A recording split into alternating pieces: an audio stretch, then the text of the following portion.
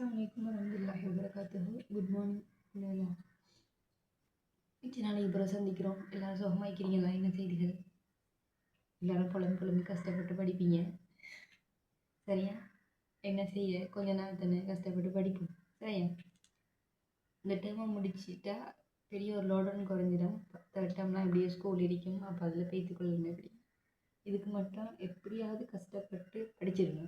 ஏன்னா இனோர்கானிக்கை பொறுத்தவரையில் முக்கியமான ஒரு செக்ஷன் சரியா? உங்களுக்கே தெரியும். மெயினாக கெமிஸ்ட்ரி நம்ம கலைக்கிற நிலமே ஒன்று இன்ஆர்கானிக், அடுத்து ஆர்கானிக்கை பற்றி அதிகமாக கதைச்சிக்கணும்.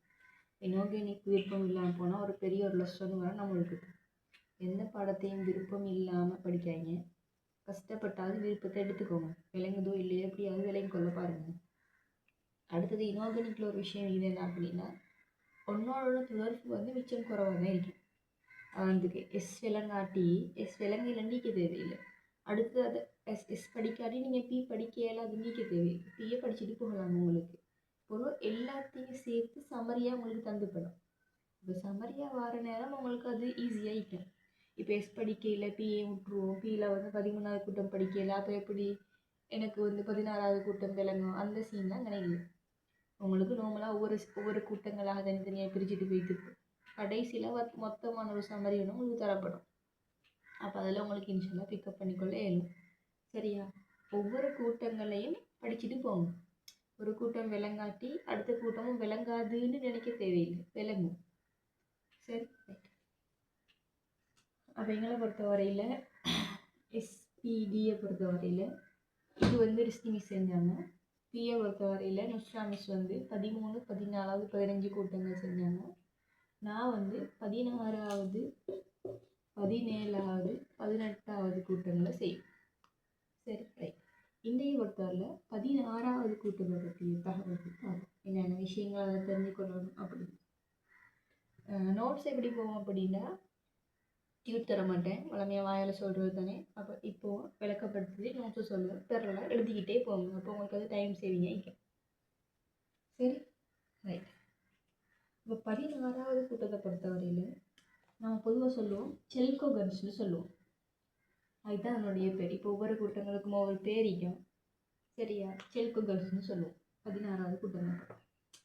16வது கூட்டத்தில் ஆக்சிஜன், சல்ஃபர், செலேனியம், டெலூலியம், பொலேனியம் இருக்குது சரியா? இப்போ இதெல்லாமே உங்களுக்கு பெருசாக தேவைப்படாது. இங்கே அதாவது 16வது கூட்டங்களை பொறுத்தவரையில் ஆக்சிஜன்டையும் சல்ஃபர்ட இயல்புகளையும் தான் நீங்கள் கட்டாயமாக தெரிஞ்சு வச்சுக்கொள்ளணும்.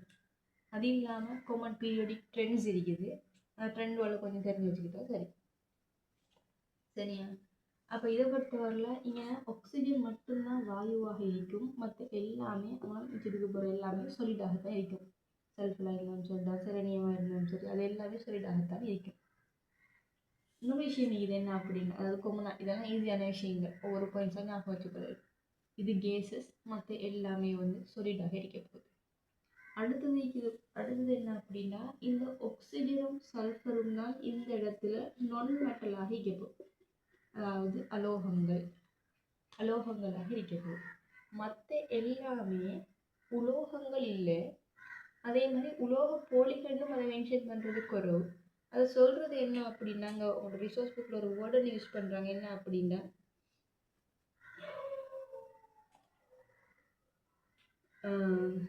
என்னது அது உலோகம் மற்றும் அலோகங்களோட இயல்புகளை காட்டும் அப்படிங்கிற ஒரு வேர்டை தான் யூஸ் பண்ணுறாங்க. டிரெக்டாக உலோக போலிகள் தான் சொல்ல மாட்டேங்கிறாங்க. அப்போ உலோகம் மற்றும் அலோகங்களின் இயல்பை காட்டக்கூடியதுங்கிற விஷயத்தையே அதை எடுத்துக்கோங்க சரி. அப்போ இது ரெண்டுமே நான்மெட்டலாக இருக்க போகுது சரியா? அடுத்தது இருக்குது இதனுடைய ஒக்சியேற்ற முறை. பொதுவாக இது அவ்வளோத்துலேயுமே ஆக்சிஜன் கொஞ்சம் வித்தியாசமாக இருப்பார். மற்ற எல்லாமே கிட்டத்தட்ட ஒரே மாதிரி ட்ரெண்டுக்கு தான் போகும். ஆக்சிஜனை பொறுத்தவரையில் ஆக்சிஜனுடைய ஒக்சியேற்றங்கள் உங்களுக்கு தெரிஞ்சிக்கும், படிச்சிருந்தாங்க. ஆக்சிஜன்களை பொறுத்தவரையில்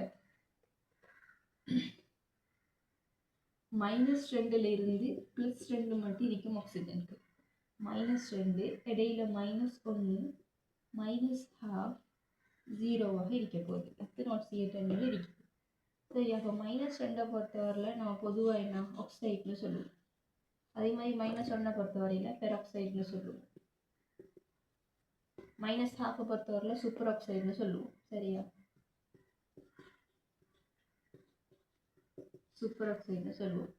இதை பொறுத்தவரையில் பொதுவாக மூலக நிலையில் இருக்கிற ஆக்சிஜனை சொல்கிறது, மூலக நிலையில் இருக்கிற சல்ஃபர். அதாவது பொதுவாக எது மூலக நிலையில் இருந்தாலும் அதனுடைய ஆக்சிஜன் 0 தான் இருக்க போகுது.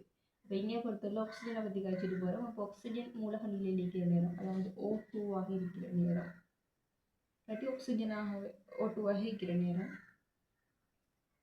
அது 0 ஆக்சிஜன் நிலையில் இருக்குது. அதே மாதிரி +2 பொறுத்தவரை நம்ம போன மாதிரியும் படித்தோம். ஆக்சிஜன்கள் துணிகிற நேரம் அதுலேயும் படித்தோம். +2 ஒரே ஒரு சேர்வைக்கு தான் இருக்கும், அது OF2 மட்டும். OF2க்கு மட்டும் தான் +2 ஆக்சிஜன் நிலை இருக்கு. சரியா, அப்போ இந்த விஷயம் இருக்குது. ரைட், இப்போ என்ன செய்ய போகிறீங்க அப்படின்னா, ஹெடிங் போடுங்க செல் கோவலன்ஸ்ல. அதில் இந்த மூலகங்களை எழுதி இது கேஸஸ் சொல்லி இதெல்லாம் இது மட்டும்தான் கேஸஸ், மற்ற எல்லாமே இது மட்டும்தான் வாயு, மற்ற இது எல்லாமே திண்மமாக இருக்கப்போ. இதில் இது ரெண்டும் அலோகங்களாக இருப்போது. இதுக்கு எழுதுங்க உலோகம் மற்றும் அலோகங்களின் இயல்பை காட்டக்கூடியது அப்படின்னு எழுதுங்க. எழுதிட்டு ஹெடிங் போடுங்க ஆக்சிஜனின் ஆக்சிஜேற்றங்கள். ஆக்சிஜேற்றங்கள் போட்டுட்டு -2 இது அவ்வளோத்தையும் எழுதிட்டு -1 +2 மட்டும் எழுதிட்டு அதை ஒன்றுக்குரிய எக்ஸாம்பிள்ஸ் எழுதிட்டு போங்க. இப்போ ஆக்சைட்னா ஒரு எக்ஸாம்பிள் எழுதுங்க. என்ன எக்ஸாம்பிள் எழுதலாம்? H2O போடலாம். அதே மாதிரி பெராக்சைடுக்கு H2O போடலாம். சரியா, சூப்பர் ஆக்சைடுக்கு என்ன எழுதலாம்? KO2 போடலாம். சரி, அதே மாதிரி இந்த உதாரணங்கள் எழுதிட்டு போங்க இதுக்கு. சரியா, ரைட். அடுத்தது இருக்குது இந்த ஆக்சிஜன் தவிர்ந்த மற்ற மூலகங்களுடைய ஒட்சியேற்ற எண்கள் இருக்கு.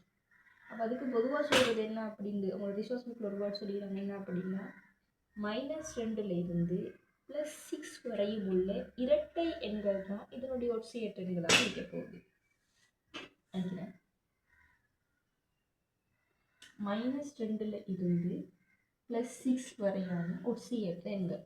-2 0 +2 +4 இருக்க போகுது. இதுக்கு உதாரணங்கள் உங்களுக்கு தெரியும். இதை பொறுத்தவரையில் இதுக்கெல்லாம் உதாரணங்கள் உங்களுக்கு தெரியணும்னு அவசியம் இல்லை.